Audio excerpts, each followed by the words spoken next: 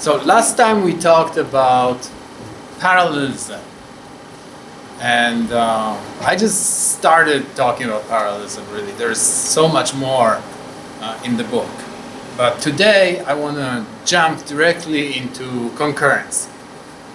So you remember, concurrency is, unlike parallelism in Haskell, concurrency is non-deterministic.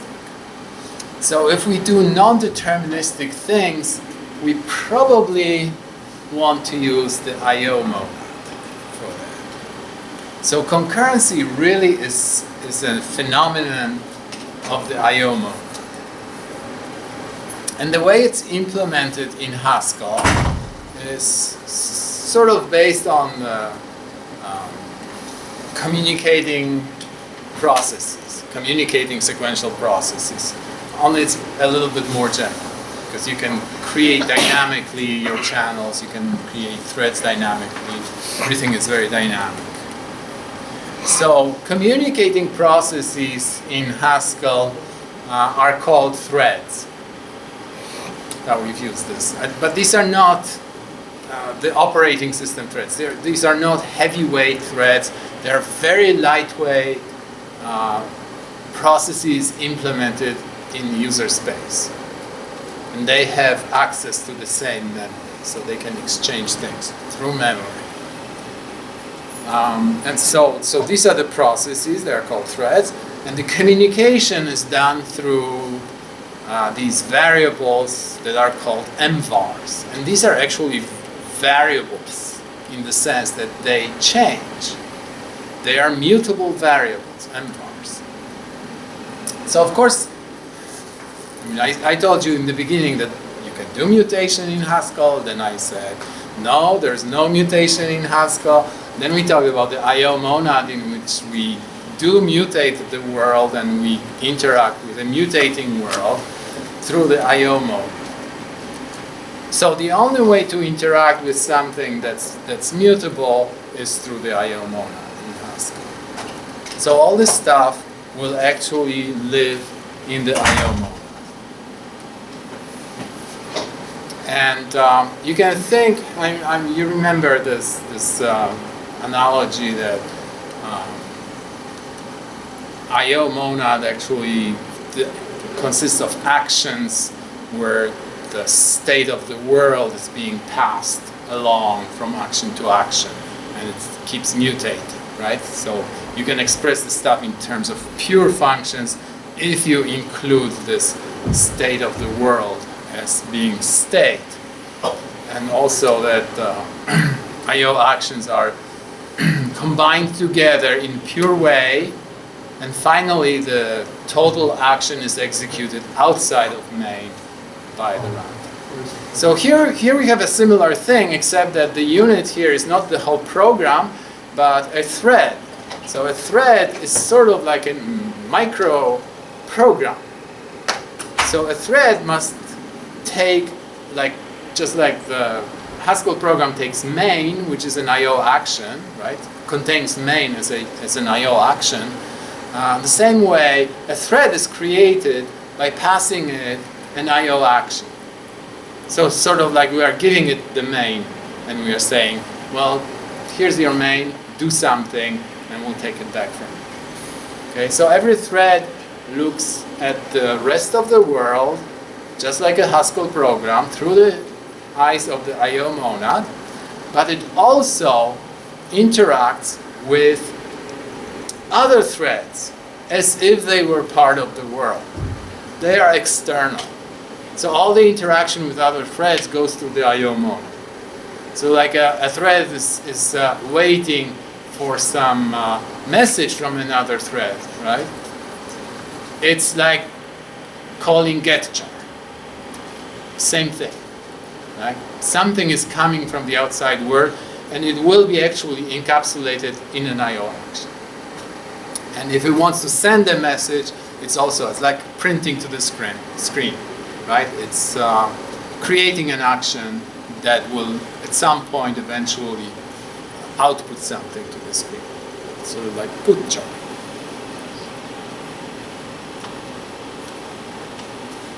So let's start writing some whiteboard code.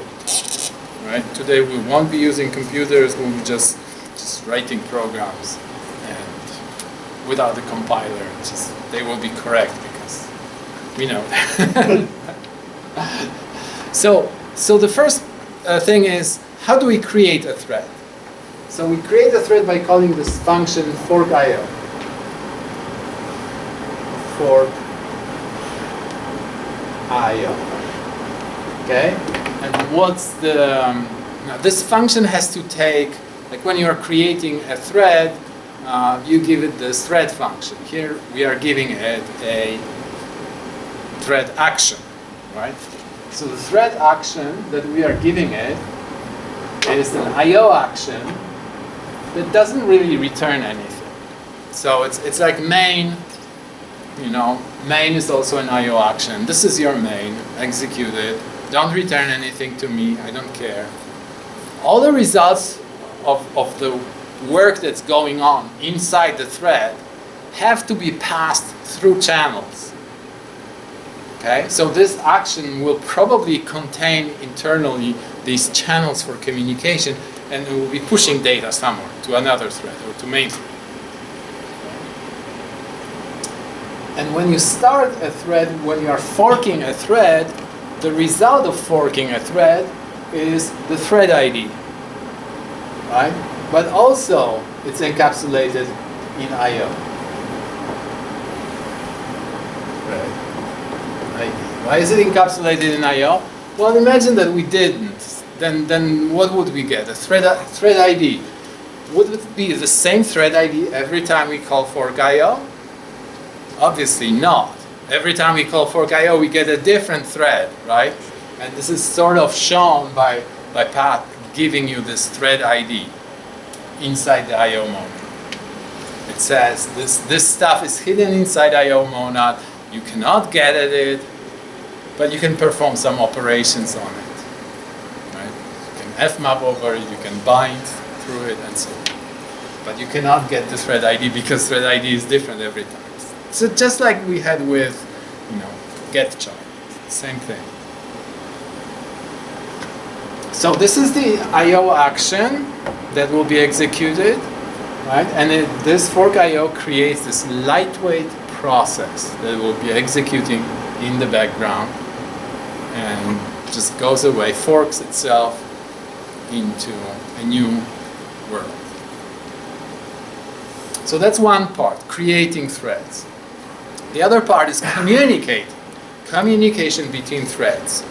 So communication between threads is done through this mutable variable, MVar. Okay, so this is an abstract data type, data MVar. We are not specifying how it's implemented, we are just importing it from the outside. The important thing is that it's a data type. And it represents this mutable variable.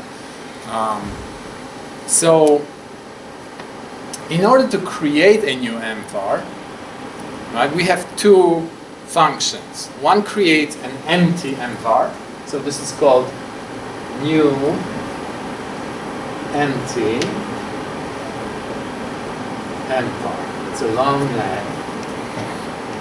Okay. And what does it do? Well, it just gives us, encapsulated inside IO, it gives us an MVar of some type A. Okay? So it's an IO action that contains an MVar of some type A.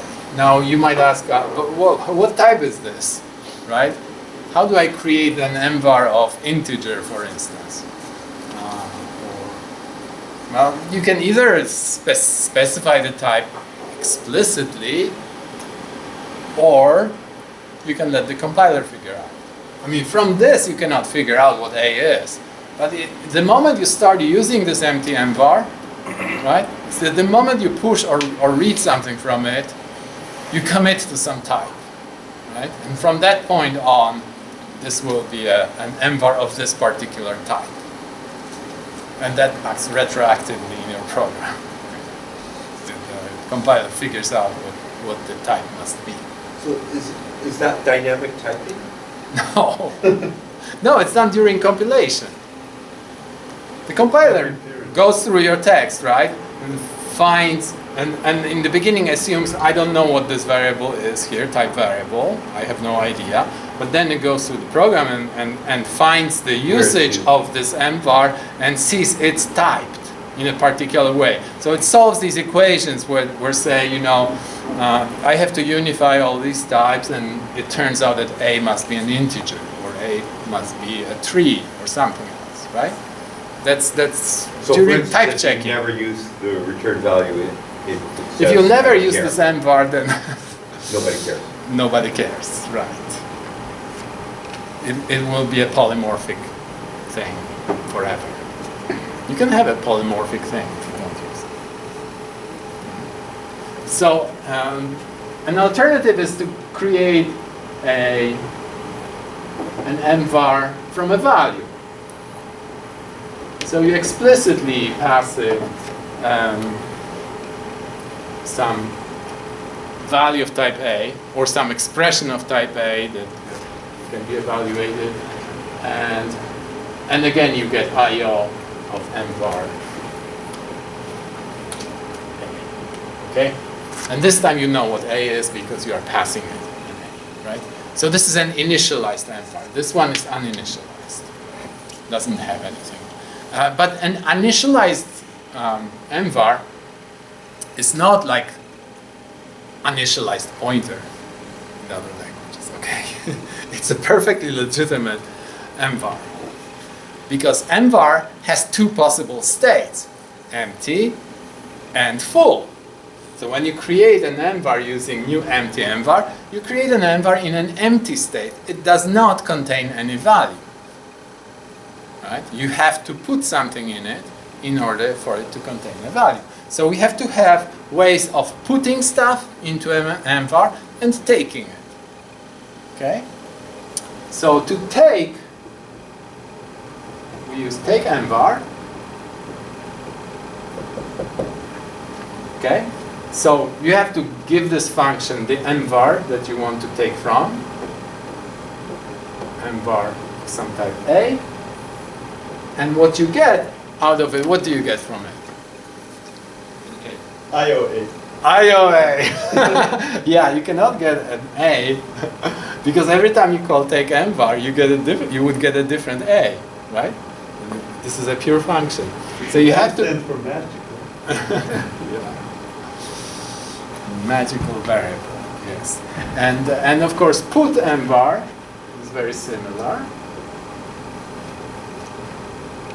except that it takes both an MVar of A and some value for the A, or expression. And it produces I/O. Okay, produces some I/O action. So eventually, these all I/O actions have to. Why does it return? Is it just convenient? Why does it do IOA versus IO unit? Put MVar. Wait a moment. It produces unit, right? No, I don't know. I'm asking. No, but it's a good question. I just wrote here IOA, maybe by mistake, accident. But today it's Can somebody check it? No, you're right. I mean, it doesn't have to return anything. So you're putting it. Yeah. So this is like get char, and this is like put char. Right? That's the analogy. Get char will give you an I/O action with the value inside, and put char will take a value and put it. Yes? I have a question which is maybe off topic, but this is an I. Why is I/O used as opposed to any other monad? I mean, everything in the real world seems to be designated as I/O. Okay, so why isn't there some sort of sub-monad, right, that only deals with communication with other threads and doesn't take the rest of the world? Yeah. Well, I guess you could do this. They do it for STM, right?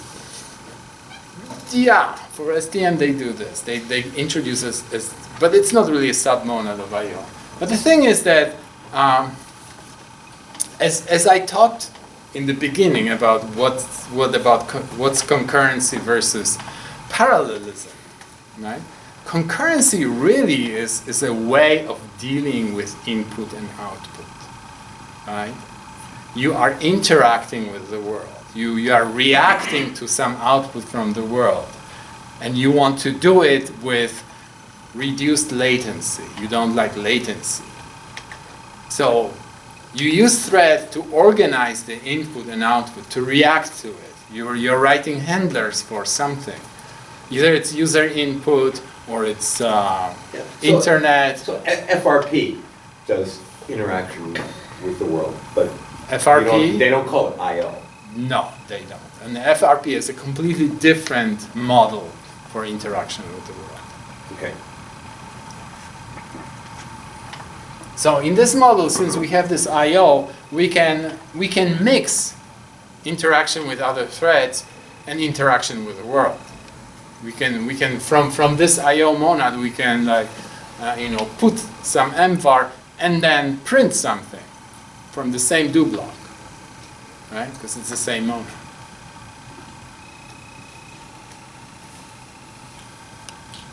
Now the interesting thing about this, so like how many things can you put into an MVar? That's the first question. Well, you can only put one thing. An MVar can be either empty or contain one thing. So it's like one slot communication channel, right? That's the first question that you ask about a channel, how much stuff it can hold. This one can hold only one thing. And then the other thing is, so what happens if I try to put two things, right? So I put something, and then I call put again. Okay, and there are many possibilities. And in this model, when you try to put the second thing, you block. Your thread blocks. Okay, and waits until somebody takes the previous value. So the MVar is empty, and then you are allowed to put it. You unblock, you put it, and continue. Right? Same with take. If you want to take twice, the first time, if the variable is full, you get your value. If you do it second time on an empty MVar, it will block, waiting for somebody to put a value. So, what is the difference between this? You remember the IVAR that we used in parallel programming? It kind of had very similar behavior. The difference was that an IVAR was just one-shot channel. You could only put one value and read it, and you're done. Whereas this is reusable.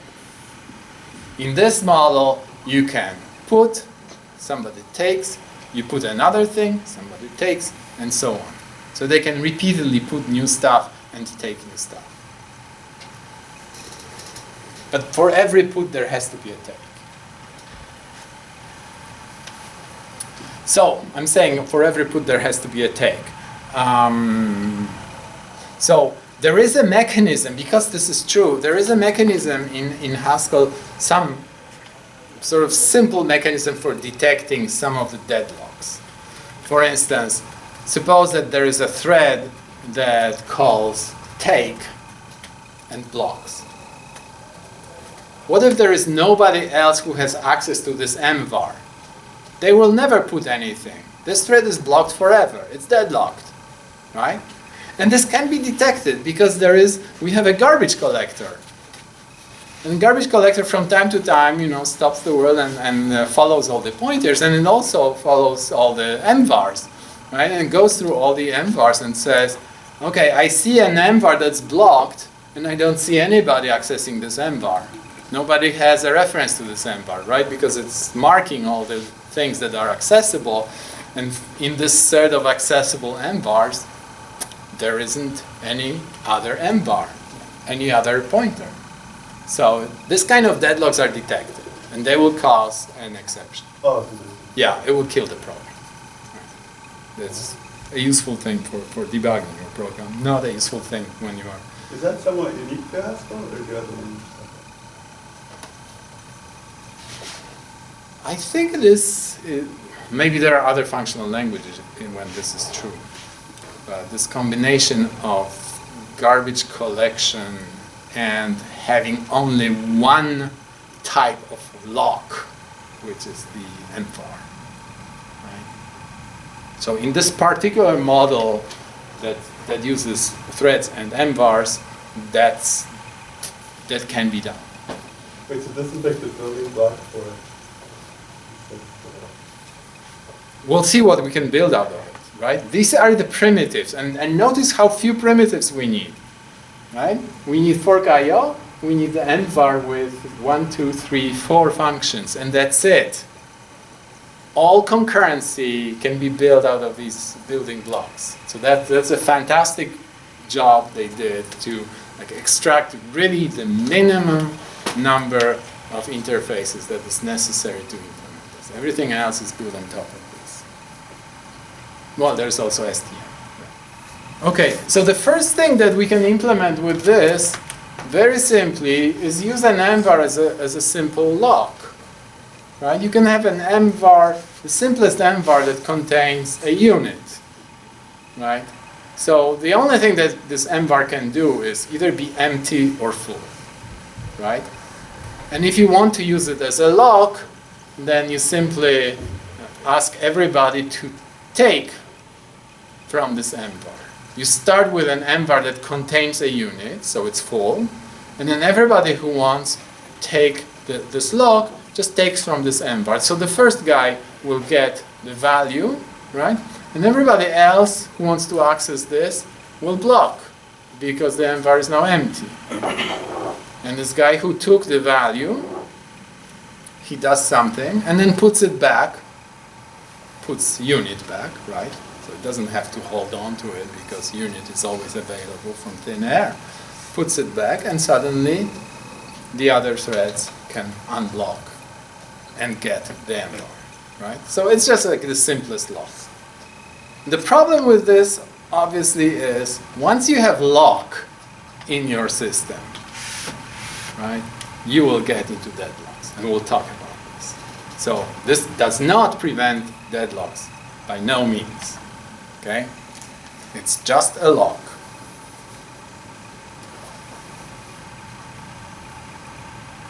So how can this be used, this MVar? So one use was just a simple lock, and it's not really used that much as a lock, because this association of a lock with some data that MVar represents, right? Usually you have MVar of some A. The association between lock and data is really, really useful, okay? You can construct very interesting things with this. So if you have an MVar of some data type, so these are all typed channels. That's also an important thing. These channels are for typed messages. Right? If you think about this is message passing, then this is a typed message passing. Right? Every channel has a particular type that you can use. Okay.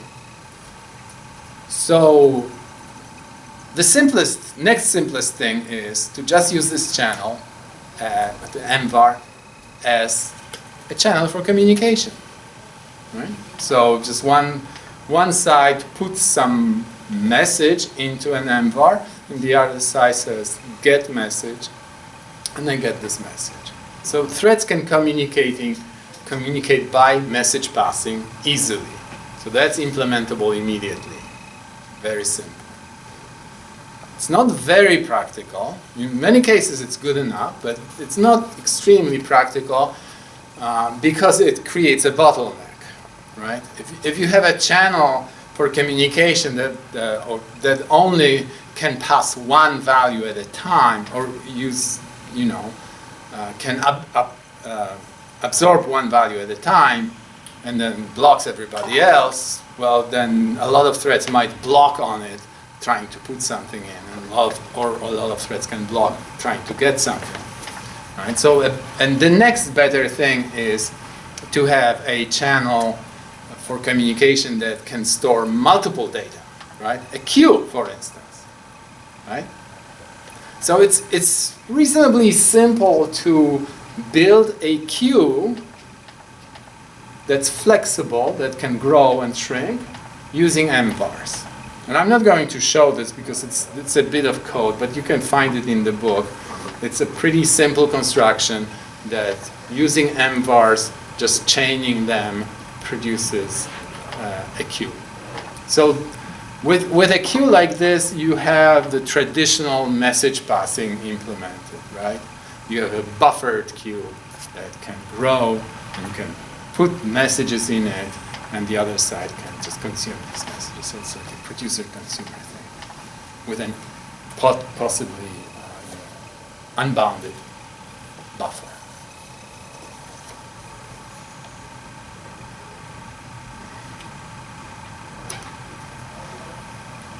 Okay, but what is even more interesting is that using this stuff, you can actually build shared memory. You can implement shared memory, right? Because usually there is this dichotomy between are we using message passing or are we using shared memory, right? Or are we using something mixed? I mean, the biggest problem with message passing in imperative languages is if you are passing, you are supposed to pass messages by deep copying, right? That would be the correct thing to do. But there is no way of imposing deep copying in most imperative languages. So what happens is you can pass pointers, right? Internal pointers to some stuff that leak data across threads, between threads, right? You have this aliasing happening. And then you get into data races, right?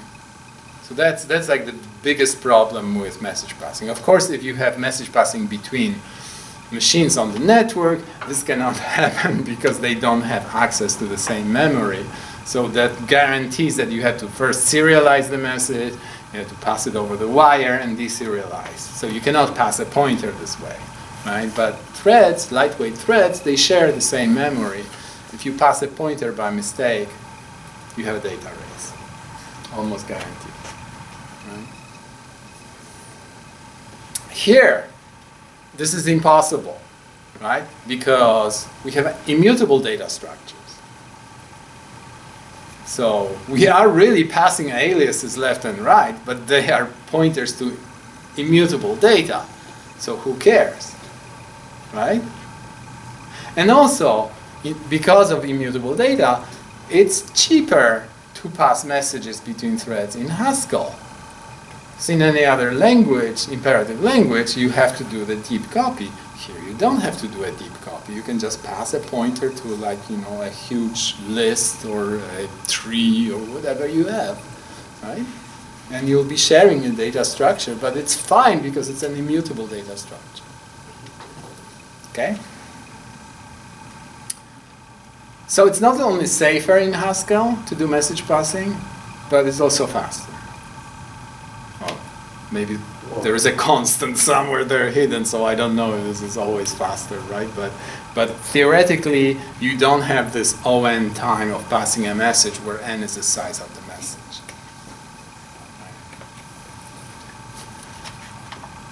So this is funny because the same mechanism with MVars can be used to do shared memory as well. How does shared memory work in Haskell? Okay, so you have a piece of data that you want to share. Let's say a tree or a list or maybe just an integer. You want to share it between two threads. So what you do is you put it into an MVar. You hide it inside an MVar. Now anybody who wants access to this, the first thing they have to do to get access to this data structure, they have to take from the MVar. Right? So anybody who accesses this data structure is forced to take. Right? It's not like peak or something?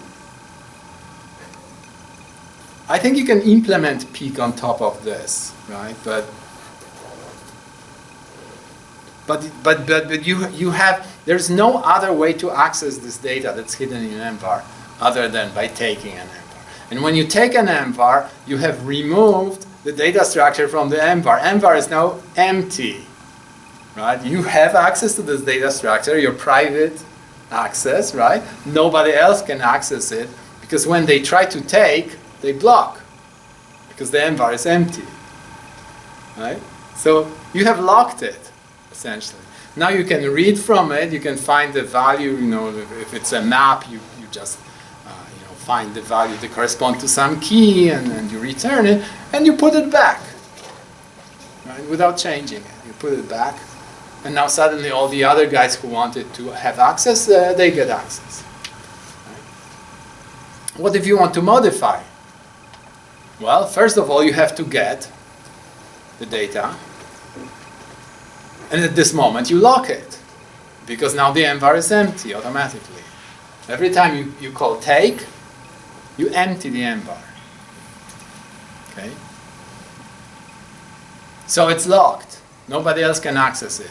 And then you can modify it in the Haskell sense. Modify. What does it mean? Well, it's an immutable data structure. You just make a sort of a copy of it with the mutation, right? A new version of this data structure, which can actually share a lot of data with your previous version, but since it's immutable, that doesn't matter. You will never have the database. So you create this new version of this data structure and you put it, right, using put MVar.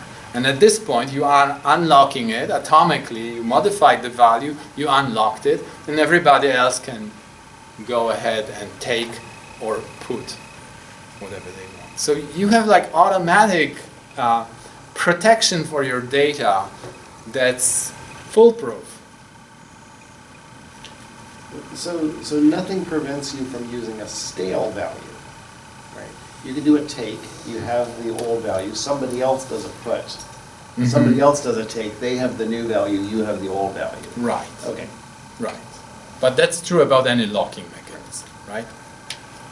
We'll talk about this when I talk about SDN, okay, how you can actually have a bigger atomic action rather than this. Here, take MVar and put MVar are these atomic actions. Okay? So this is how you implement shared memory. I showed you how to implement message passing. I showed you how to implement shared memory with locking, just using these simple, extremely simple primitives. Now there's, and we'll come back to this because I'll give you an example later when I talk about STM, how this stuff, this shared memory actually causes problems of a completely different type that are solved by STM. The same mechanism now can be used for asynchronous input-output. Okay? So with these primitives, we can build everything that we know about concurrency, right? So suppose that you want to like read a file or access a website using URL and so on, but you want to do it asynchronously, right? So you want to spawn a thread that will do this reading for you, and in the meanwhile you do something else. So you want to spawn multiple threads that are doing this reading or writing or whatever, right? Writing to a file takes a long time. You want to do it concurrent with some other stuff. So this is asynchronous input-output. You can implement it with MVars by hand, or you can encapsulate it in a very simple library, the async library. So you define your data async, and so you want to asynchronously do something of type A, right? So you define this as constructor, data constructor async, and you just put an MVar in it of type A, right? And you can write a few functions, helper functions that will create a new async, right, by providing a variable and so on. So in fact,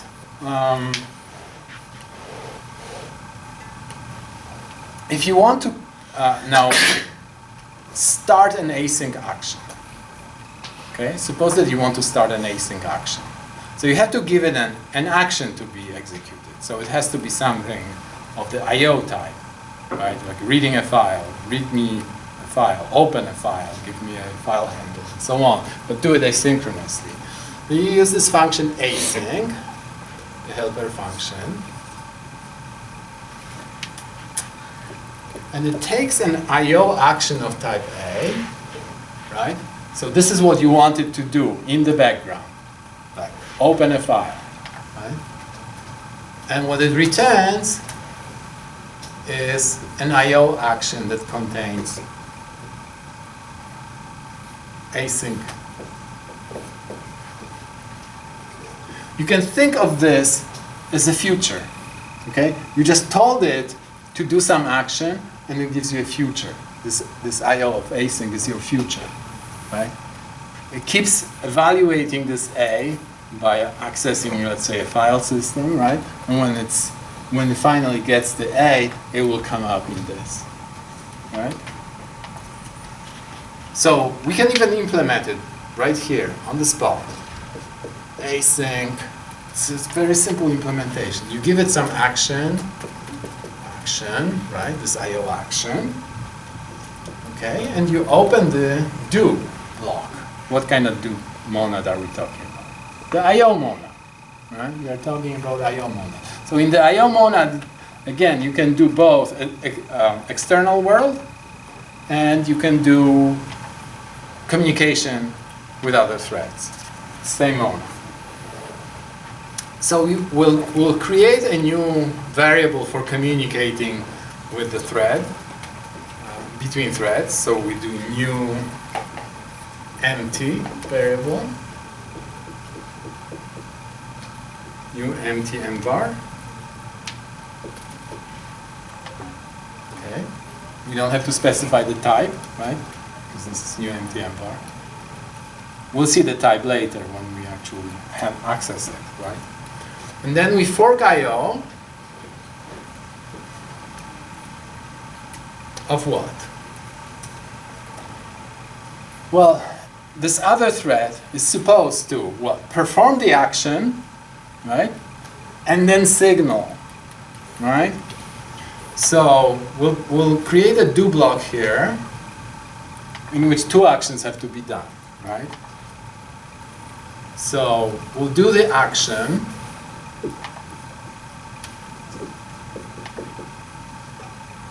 And get the result of this action, store it in R, right? Get R from action, right? And then we do put MVar.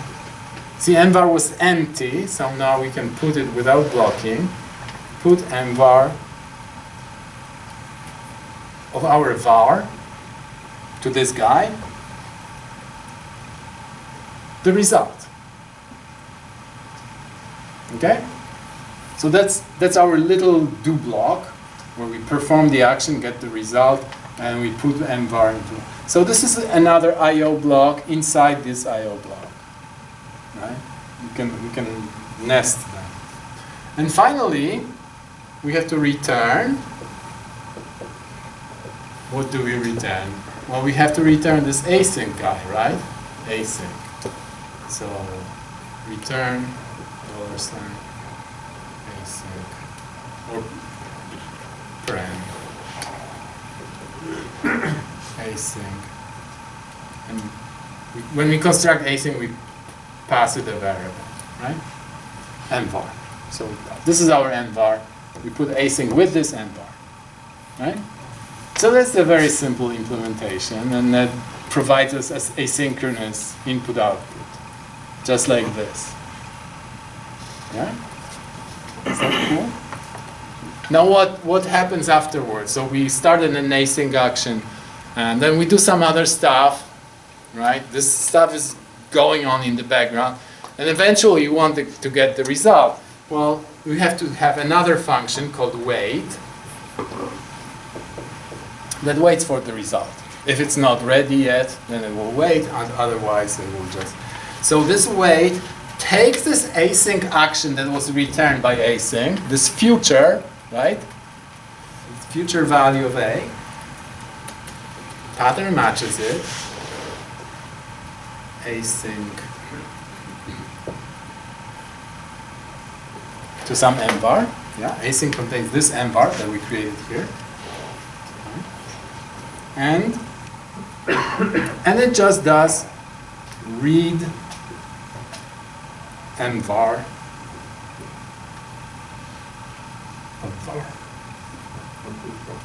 Okay, read. It's called read MVar. Yeah, read MVar. That's one word. Okay. Read MVar. Read MVar is a combination of take and put. Okay, so it just because if you take, right, then you block your variable. So if you want to read something, you take a variable, get the value out of it, and put it back, right? Looks like Pete. So it's like Pete, yeah. You take it, you put it back. Okay, so that's Pete.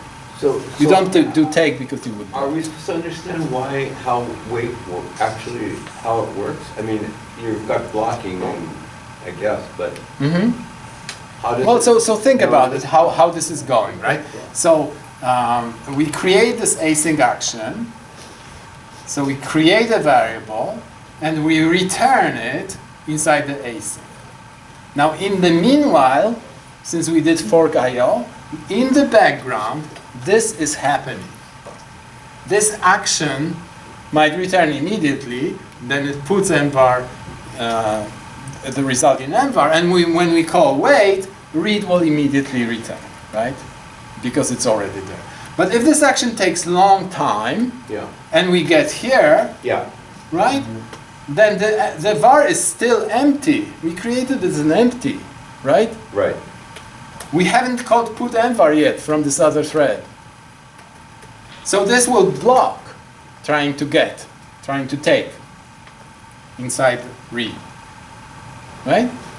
Yeah, And we'll wait until this thread finishes the action and does the put.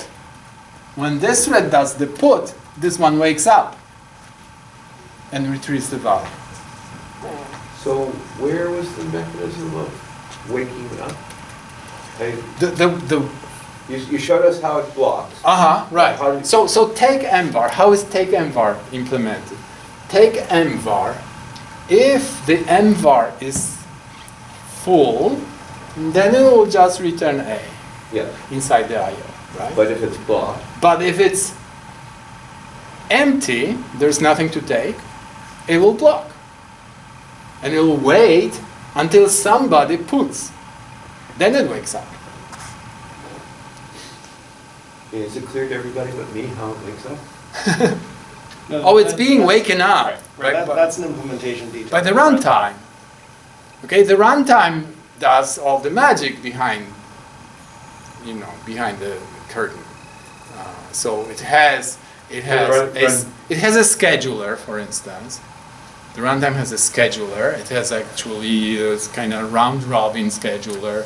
It can preempt these threads or let them go depending on what scheduler you are using. So if it's locked, it just leaves it to come back to. Yeah, it just takes it off the running queue and says, blocked here, and then and then appends some kind of notify me when this MVar. So the MVar actually contains a list of things that have to be threads that are waiting for it, and they will be notified. And so that's technically outside of the semantics of the language.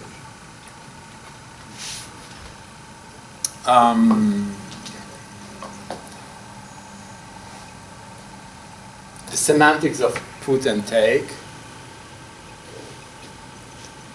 Well, yes. It is inside the semantics of the language, but an extended language, right? So when they added this stuff to the language, because it's now part of the language, it was initially called concurrent Haskell, like a new I see.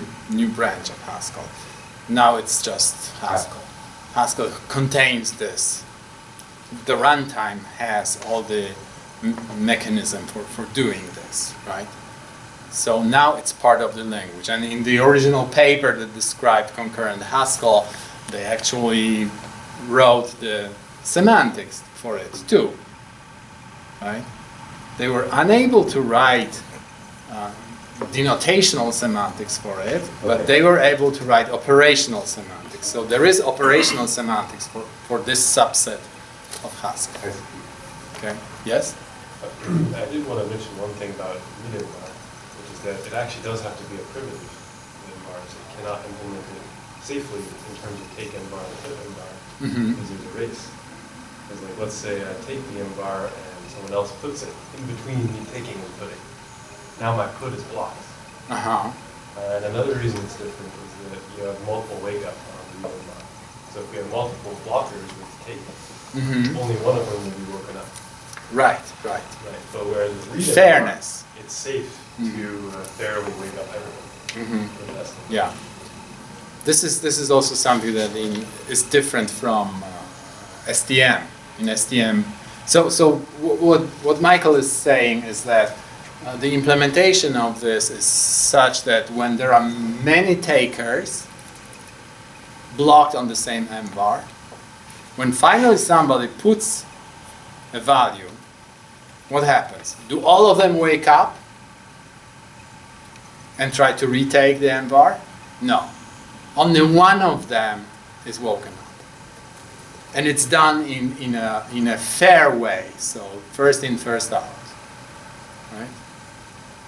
So every one of them eventually will get the MVar.